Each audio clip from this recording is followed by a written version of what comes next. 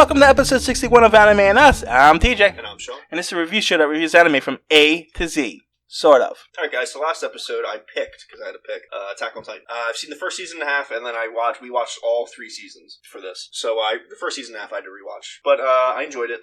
It is a manga series written and illustrated both by Hajime Isayama, I believe. I don't know when the anime came out, I don't see it. I think it came out in like 2016 or something like that. It's not actually written, look at that. It should be in the sidebar over there. But, original run 2009. That makes sense. Yeah, there you go. Really? No, that's the manga. Really early. That's the manga. Go down to the anime. Yeah, we're doing the anime. Seasons 1 and 2.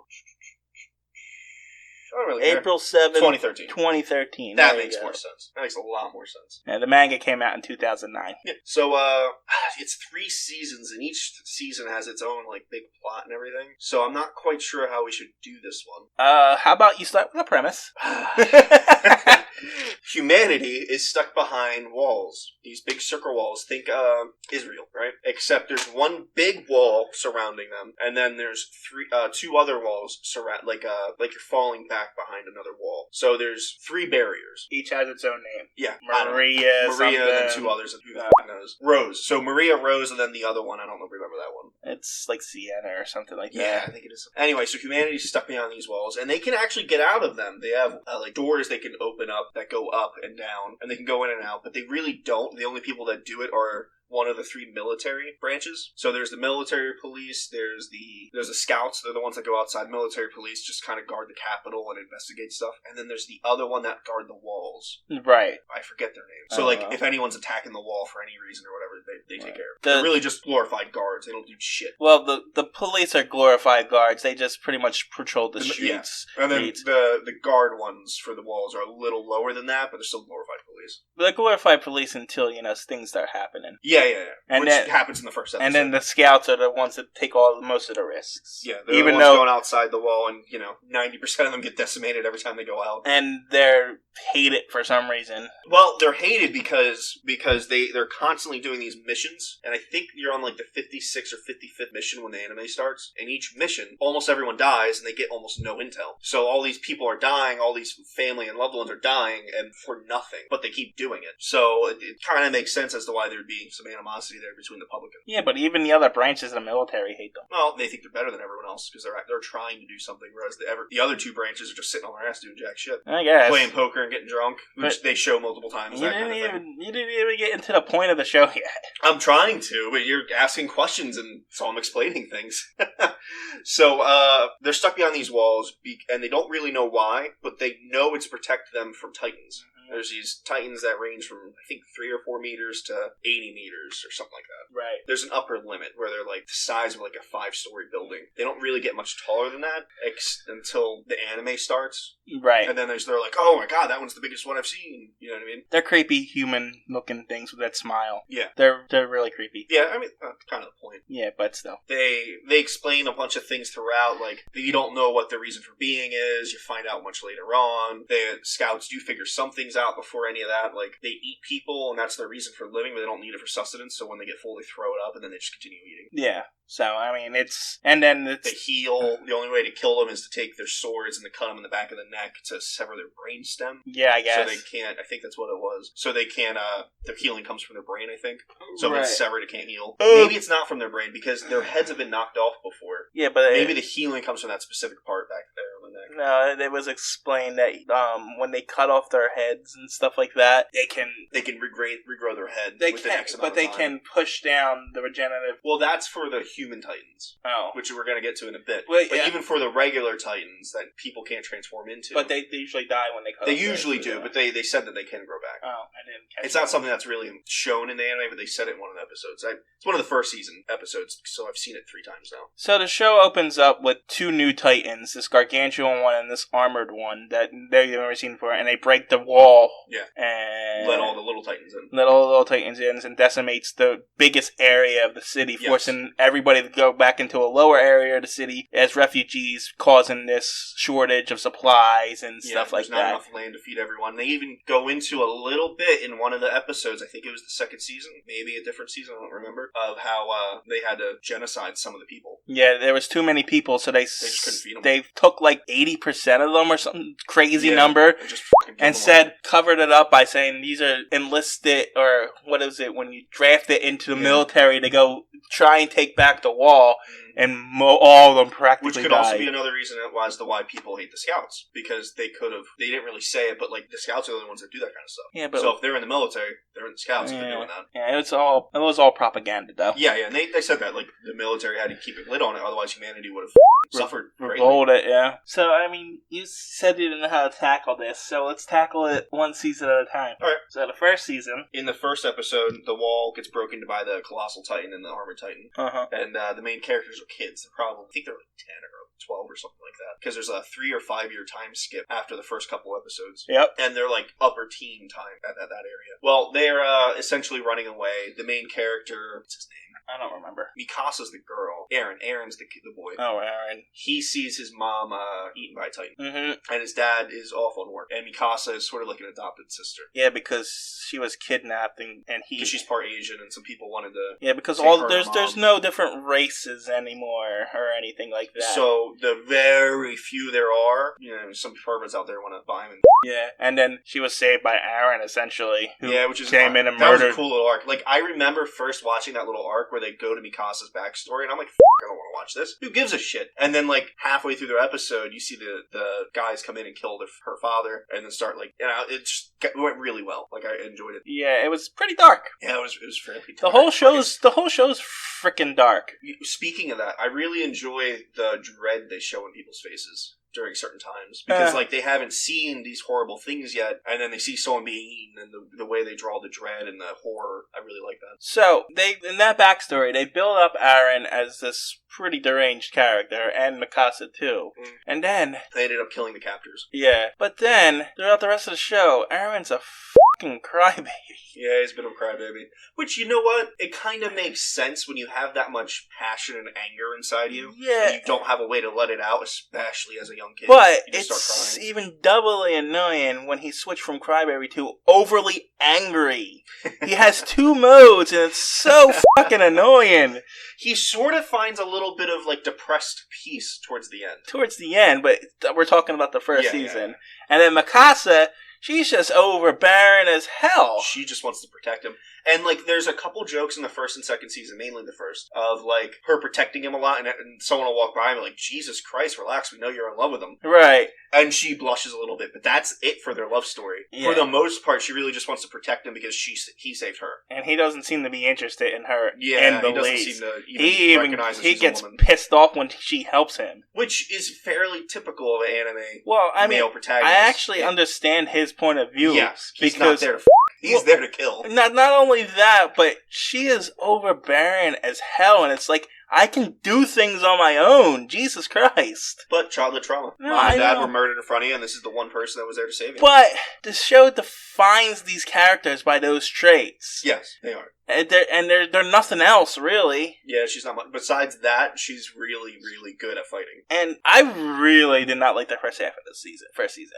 Yeah, the second half was better. The first half, it was just a giant monster slay fest. And and training to kill giant monsters. And it was like, oh, this is going to be a long show for me. There were some really cool moments, though. Like, after they're done training, they're all on top of one of the walls, just doing guard duty and, like, putting rations and stuff away. And then the lightning strikes, because the lightning strikes whenever a human turns into a Titan. You don't know that yet. You find that out later. And the Colossal Titan's just standing there. Yeah, so, there's some really cool, interesting moments like that I really enjoyed. There is some good storytelling in this, and there is some good character development in it. Yeah, I think so. Don't get me wrong, but at certain points in the show, it's like you come to realizations about things, about the structure of the show. Yes. Like, this show appears to be like a Game of Thrones show where anybody can die. But not really. Not really. You probably figure that out into the second season. Yes, and the second season, you know exactly which ones are going to live. Which one's going to live, and who's there to just be father and just to show who people getting killed. And that kind of took me out of it. It was just like... Yeah, that kind of sucks. Once you figure out the formula, the show kind of falls apart. And it's really bad in the first season. And all the plot twists throughout the first season, I guessed. I was not surprised.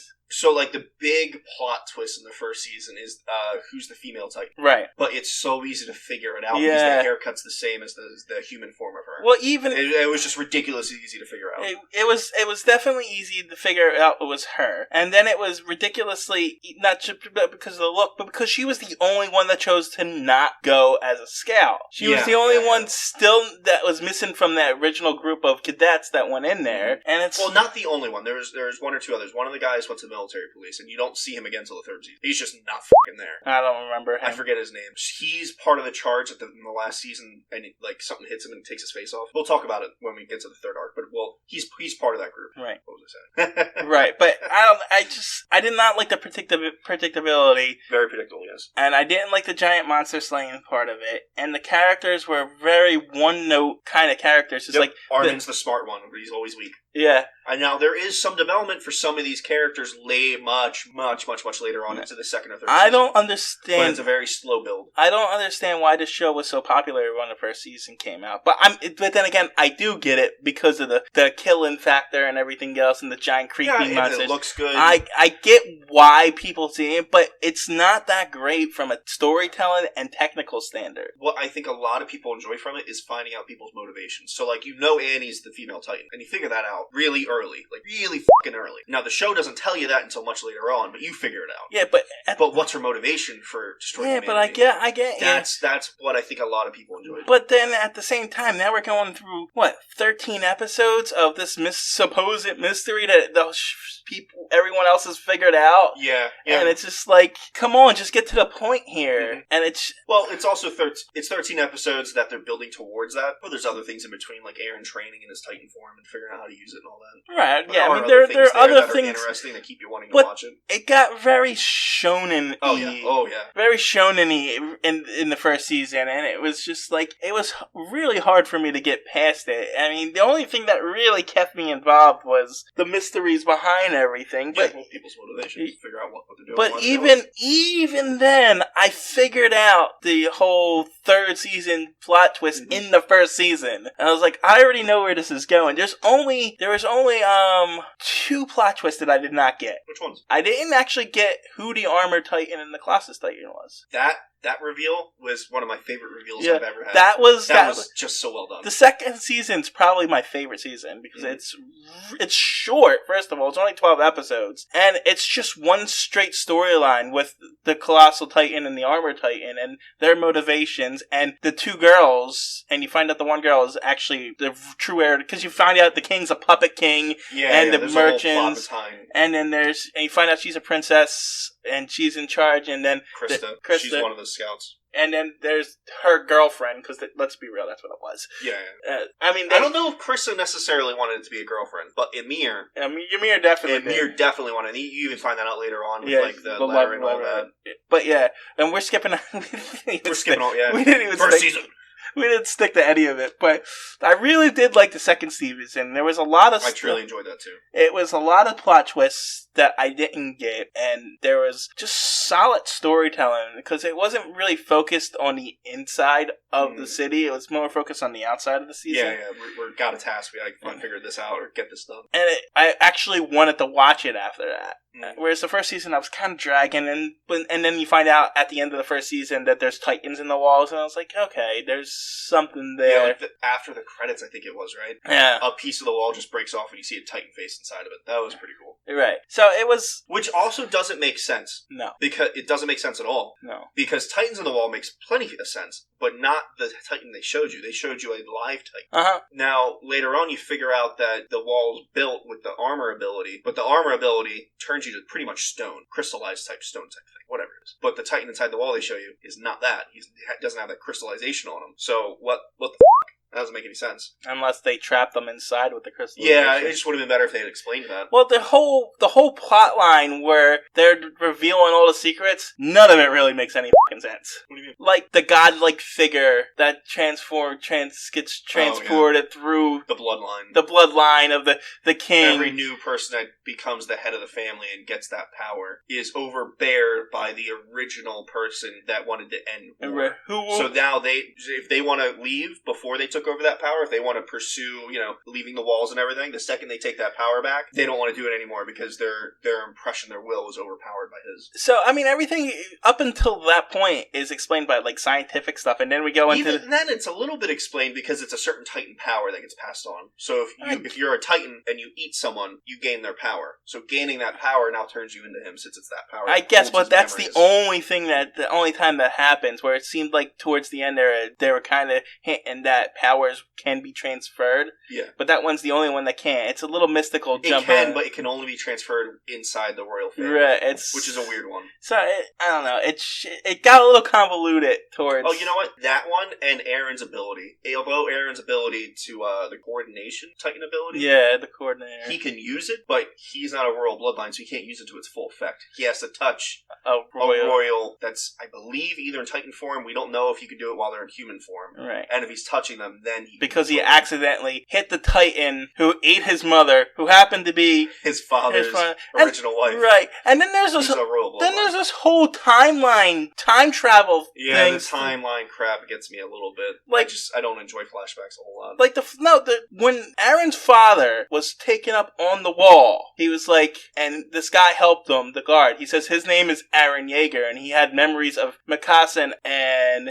I'm assuming that'll be explained in the third season. You mean the fourth season? Fourth, yeah, that's what I meant. Because it's like, okay, now we have time travel here. A generation in the future. Yeah. So he's like... Which kind of could make sense with the whole generational Titan ability thing they're trying to portray. He's not even connected. I just don't enjoy the telling the future type thing. He can't even connect... He's not even... That guard is not even connected bloodline-wise to Eren. No, but Eren... Maybe when Eren touched him... No, what do you mean? No, the guard. Yeah. The guard that found him. And the father's flashback. Yeah. The traitor. He said his name's Eren Yeager, and he tells Aaron's father to go save Mikasa and I know exactly Aaron, and he was like, who are they? He's like, I don't know, they're just in my memory. He's implying that he's Eren Yeager.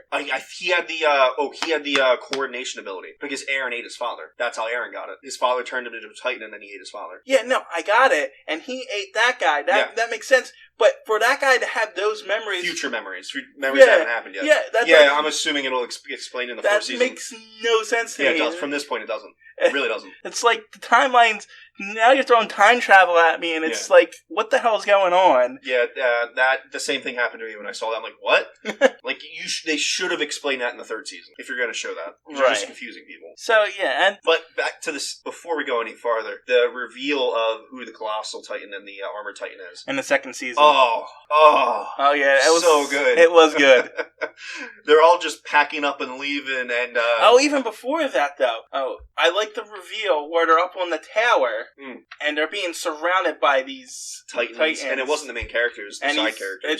It's a bunch of supporting characters, which I really like, because there's a slew of episodes that everyone's not even in. Which is nice. Which is really nice. You're, at first, again, same with the Mikasa thing, you're like, oh, it's going to be a slow, crappy episode, but then it builds up and you really start to like it. Right. And so they're surrounded in this castle, and before we even find out about the Colossal Titan or the Armored Titan, Ymir slices her hand, and she's a freaking Titan. They're all about to die. She turns into a Titan. And she's like, and then that happens, and it's like, oh, everything seems to be picking up here. Mm-hmm. And then she ends up joining with them. Yeah. Towards the end of it. Regrettably. I guess she's dead now, but yeah, they implied that. They implied that she's dead. They didn't actually show it, but she knew that because she betrayed them and went back and forth too much, that the leader was going to kill him. Anyway, you can go to your reveal now. Oh, so like after that whole thing with the castle, they meet up with Eren and all them because they went to go save them. And they're sitting on the wall, and I think it's like morning or something like that. And everyone's packing up to leave, and everyone's walking by, and then the Colossal Titan and the Armored Titan, I forget their human names. Yeah, me too. Bertolt and Reina. There you go.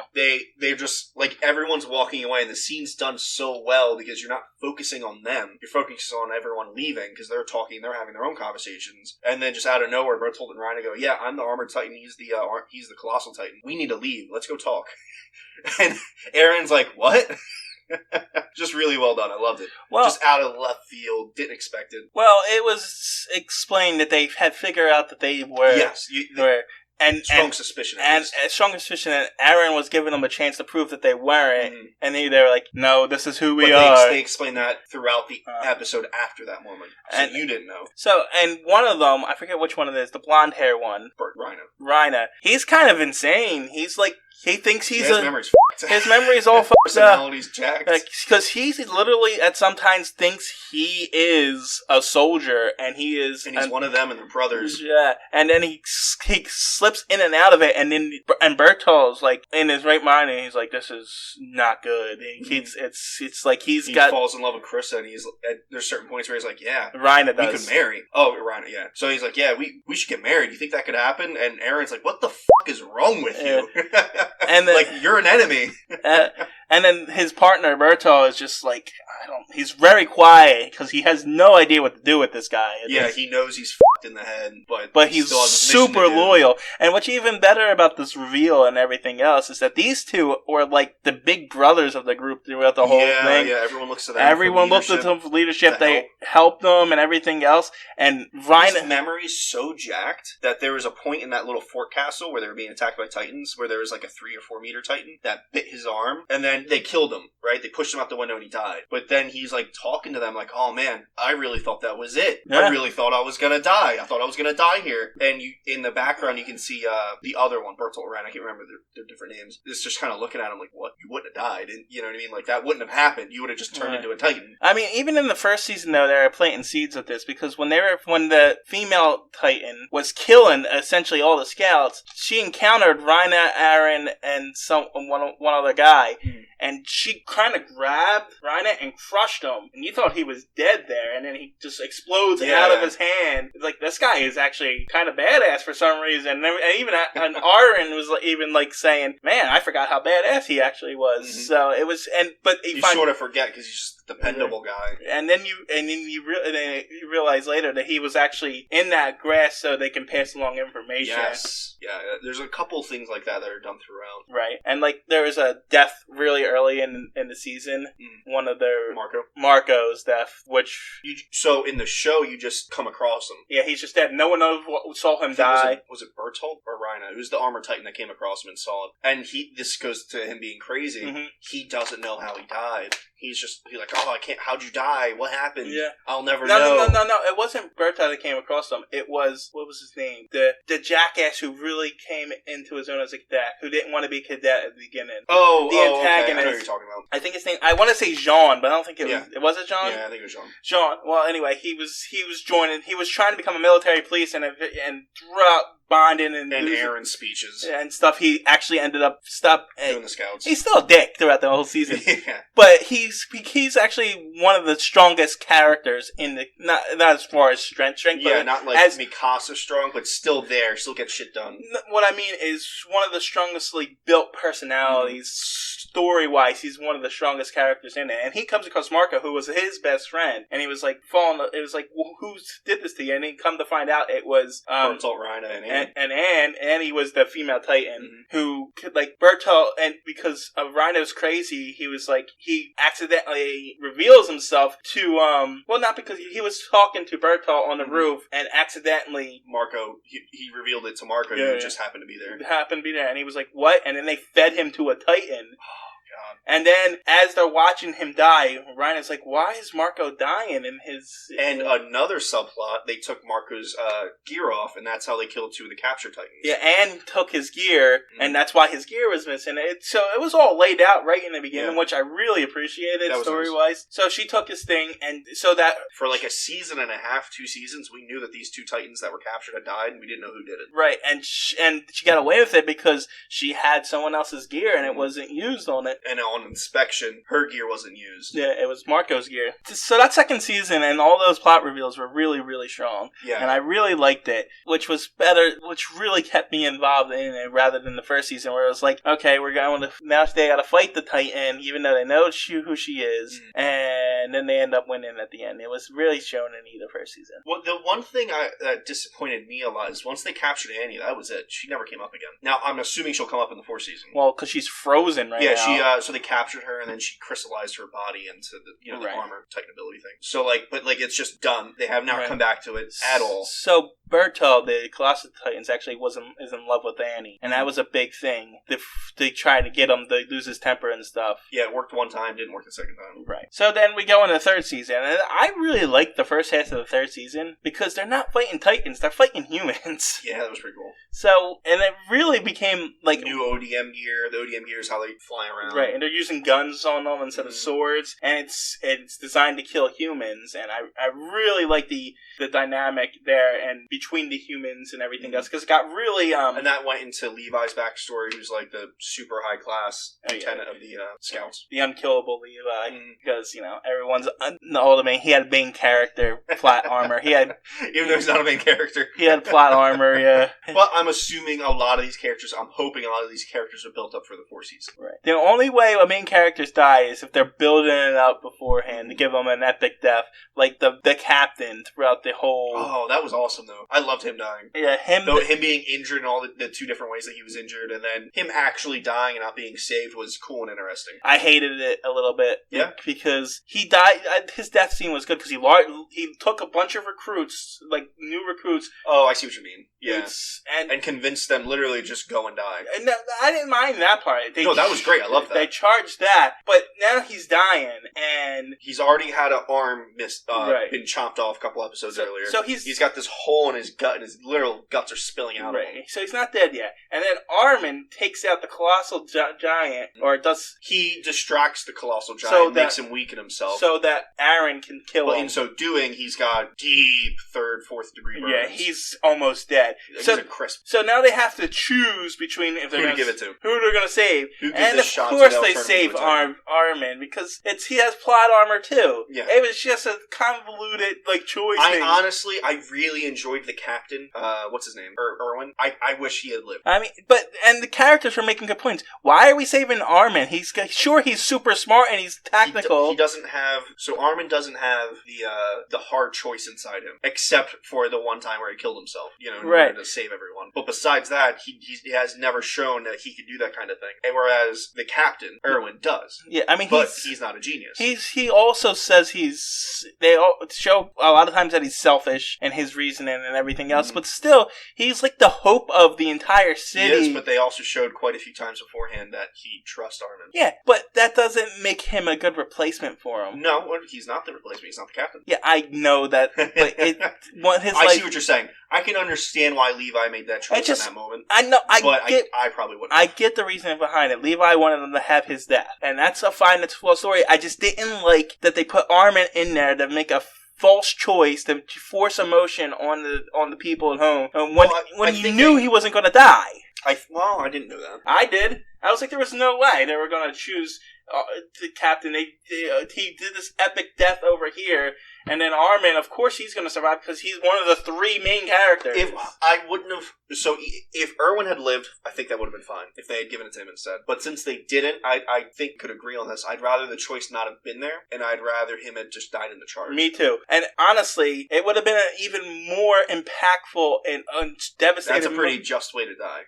If it would have been more impactful and devastating moment if Armin had died there, dying to sacrifice to save his friend, forcing them all to go on without him, because he's a big part of the show, forcing them to kind of do it without depending on his mind. That being said, in the fourth season, there's going to be a war between their nation inside the walls and then people from the outer nation, so they're going to need Armin for that. Now, that wasn't a reason for the decision. If it was, that would have made more sense. That would have made more sense, but they didn't even know about it at the time. Well, that's what I'm saying. It wasn't a reason for it. But if one of them knew it, if Levi had information that the others didn't get, and he knew it, I could have seen that would have been a better maybe the military experience would have, the tactical mind would have made sense, but at this time they think this is it. They think they're taking back the wall and killing the Titans, and that's it. That's all they have to do. Just get in the basement. Then they can all go home. So it's just a false choice, and I didn't like it at all. Yeah, I agree. But it was a cool fucking scene to see Armin just be blasted to death with steam. I agree. It was awesome. Good. Both deaths were good. And if they would have stuck to one of them without the choice, or even have both of them die and not have that stupid,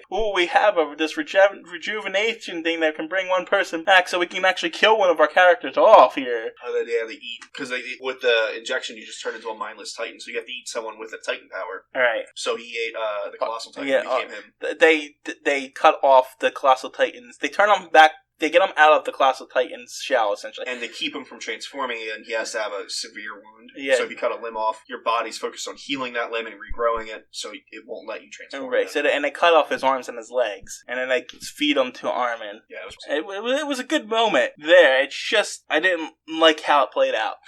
I agree. They could have done that one better. And then after that, they go into the basement, which is we're in the third season, like late third season, like 18 or 19. What's like 18 or 19th episode? And up until then, that's pretty much been the main objective, get into this fucking basement. But it took a while. Before that, let's back up a little bit. So, the scouts in the third season are going out to take back the wall because because Aaron figured out how to... use his armor ability to sort of shoot out armor. Right. And there's this ape titan. Yeah. Who Beast Titan is what they call Beast him. Titan is... just a giant monkey of an ape. Is Aaron's brother. Yeah. They don't say it, but clearly. Yeah, I mean, you figure it out because Aaron's little brother from outside the wall that Aaron doesn't know about, has a Beast Titan doll. Well, not only that, they explain it in the flashback. Yeah, they explain. It's in the flashback. Right. It's all in the flashback of the dad's backstory, of Aaron's dad's backstory, where he had another kid, another family, and blah blah blah. Just watch it. I don't want to sit here and for 20 minutes explaining the entire. The backstory was fairly interesting once you got in it. Yeah, but it was intricate, and it was a gigantic, like you were saying, expedition dump. Yeah, it was 4 episodes, I think. Just 3 or 4. It was of just this is what's happening. And there was a couple scenes where they would go back to Aaron and them. Right. But for the most part, each episode consisted of. But anyway, the third season was pretty much them taking back the walls, and they killed the Colossal Titan. The Ape Titan got away, and the armor. Though Levi fucked him up. Levi really fucked him up. Oh, that was great. And then Aaron, they all actually fucked up the armor Titan, who ended up getting away a couple times. Yeah. So Ryan is still alive, which I think is going to be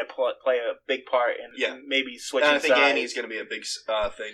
I think they're going to. This is my prediction. I think they're going to wake her up, and I think they're going to convince her to join them. And I wonder if Ymir's still alive. She probably will show up too. Maybe come to the rescue at the end or something like that. Either she's not dead, or the power was clearly transferred to someone. Right. So she will be used again at some point. So the big reveal is there are more humans in the world. Yes. The big reveal is they're a tiny nation. Inside the wall on a little island off the coast. They're in Japan. Yeah, pretty much off the coast of an actual ginormous continent, which is like China, and the islands look different, but it's pretty much what it was. Though. No, I mean Japan is long and skinny, and the island with the wall. Yeah, but is short I'm just saying the placement between the land way it's right off the coast and everything else. It was clearly a Japan Asia kind of thing. Not only are they, there's humans out there, but it's like in World War II type wearing the Star of David on you. Whereas and behind the walls it's like 1764, and there is like 1942. So and all there's these repressed people called something I can't remember. Well, they have Titan blood in them, and so they can turn into a Titan potentially. So the technologically advanced developed a serum that can turn these people into Titan, and when they do, it's a certain race of people. Yeah, they kick them into the island of Titans. Well, they do that. They do that to people that that betrayed them in some way. But I wasn't sure. Are there not Titans on the mainland? Everyone that's not that race. Yeah, but are there like Titans run? No, I don't think so. Maybe they don't tell you. I would assume once every now and then would pop up or something like that. Right. You know what I mean? Because there's this wall at their coast, and they turn them into Titans and kick them off the wall, and then those Titans have to go to the beach, through the desert, get to the beach, go through the water, get to that other island continent type thing where the walls are. Well, I'm assuming some of them don't actually do that and just turn around and get over the wall or get around the wall somehow. So here's what I understand about the technological advance thing, right? They want to take the island for the resources. Right? Yeah, there's oil and stuff on it. They'll tell you what kind of resources. They want the resources, so they want to get rid of. They want to get rid of all the people there. They have airships. Why don't we just fucking bomb them? Because the airships are still really new, so they're getting there. They're getting to that point. The flashback was when the dad was a kid. Yeah, that was like 30 years. Well, it depends on the rate of progression of technology and everything. I don't know. I'm pretty sure they can figure out how to get the airship over the little bit of land that's. Well, there's that, and having the Heisenberg and having the atom bomb are two different things. You know what I mean? It could take them longer to get those big bad bombs. All right, so drive your blimp over, take your guns, and start shooting down. It can't reach you. Well, actually, they figure out that they can because they have the ODM gear. Yeah, but at They don't know that. Well, they figured that out in the second season. So, but they don't know that at the time. They've had airships for at least 2 decades at this point. So it seems to be that the Beast Titans is working with them, and his objective is to get to cripple the Titans and their ability to coordinate and everything like that. I got you. Because it seems like his objective is to take Eren back. I understand all of that. It's just you can skip all that middle process and get in your blimps, go over, and just go. I mean, there's still boom, billions boom. of people there. You know, even if you have 30 airships, that would take decades. So it's decades. Or you can just advance technology and do it then. I'm saying it's working. I'm these just big bad saying. bombs and then go do it. I'm just saying. From 1980 to 2019, the technology has advanced by leaps and bounds. It has. So, but it didn't in 1920 to 1940. It didn't. Guns got incrementally better. Tanks got incrementally better. Planes got incrementally better. I'm just saying it is a possible technological leap. Sure, it is. But they didn't get that. But even But they didn't get that possible technological leap. Even then, you said incremental. So those airships should be incrementally better. Yeah, airships aren't really good for battle. I mean, if you just cut them, they start to fall down. If you set them on fire, they fall. You know what I mean? It's not really... Airships aren't really good for All fighting. I'm saying is that they have guns and these guys have spears. Yeah, but one spear. One flaming spear. There's no way they're throwing it 400 and, feet. They also don't know what they have. That's a very clear distinction they make when they find out about the ODM gear. The Beast Titan finds out. They had no idea what kind of technology they had. They're separated. So you find out that the royal family and the military police and all them are suppressing technology because they don't want people to find out these things. They don't want them to go outside the wall. They want them to be afraid of the Titans. So while their technology is being suppressed, the other one, the people outside, don't know what technology they have. They have no idea. They don't know if they have guns. They don't know if they have ships. So how do they not know? Military. How do they not know? When because they haven't literally been going there. But they went there earlier for like 20 years ago, and they kind of drive their little boats over and kick people into the pit. Yeah, but they stay far away. That's the only place they go. They don't go to the wall. But they They're know still that miles they know and they miles don't and have miles away ships because there's no dock on that part of the island. So it's ships on the take other your part. boat. They could have airships. Take your boat and go around the island. But they didn't.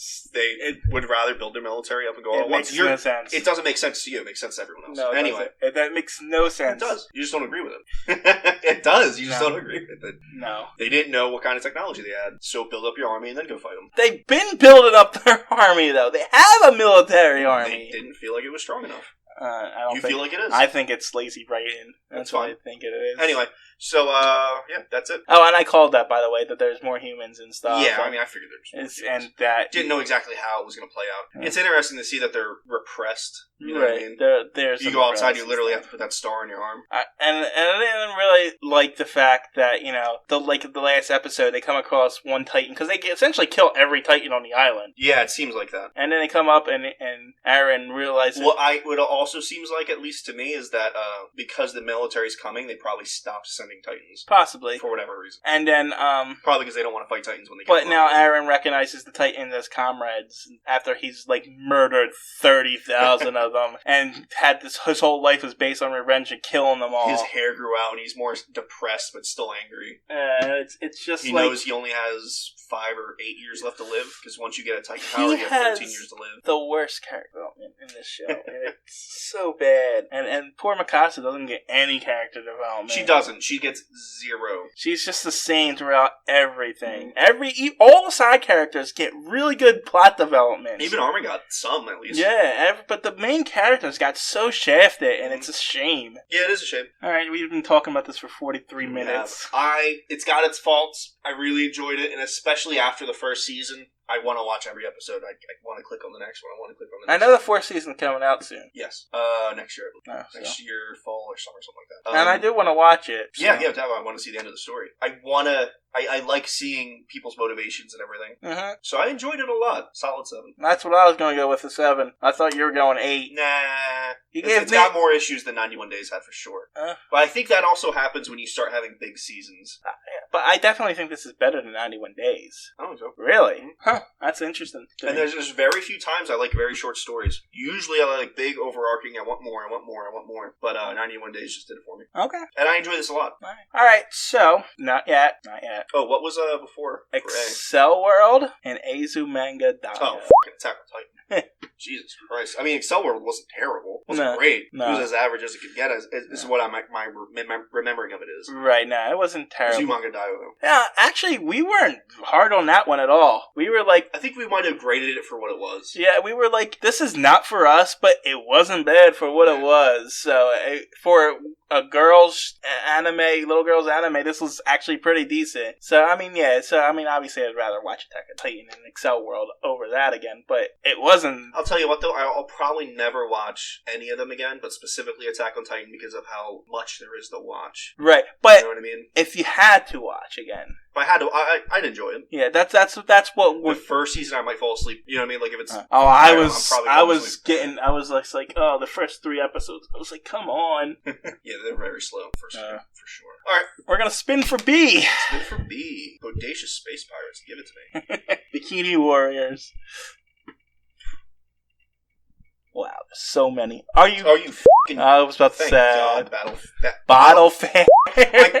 So, as it's spinning, the text is really small because there's so many lists. I thought it said Battle Fury. It's Battle Fairy. It almost... Battle Fairy. There's like 100 anime in here for B, and it almost landed on my choice. It was really close. I was about to be really fucking angry. Battle Fairy. This one should be interesting. It's only 13 episodes. Karuru, Chiri, Sarara, and Hororo are 4 little fairies that live inside bottles on their sensei's desk. Together, they have misadventures trying to understand the human world, seeking advice from totally misinformed grade schooler next door. Comedy magical girl. We got ourselves a magical girl anime. It's only 13 episodes, though. Bitch! I really hope they're small, too, like 10-minute episodes. F*** me, I would love that. 12-minute episodes! I'll take it! I'll take it! That's a win. All right. Not excited for this one. No, not at all.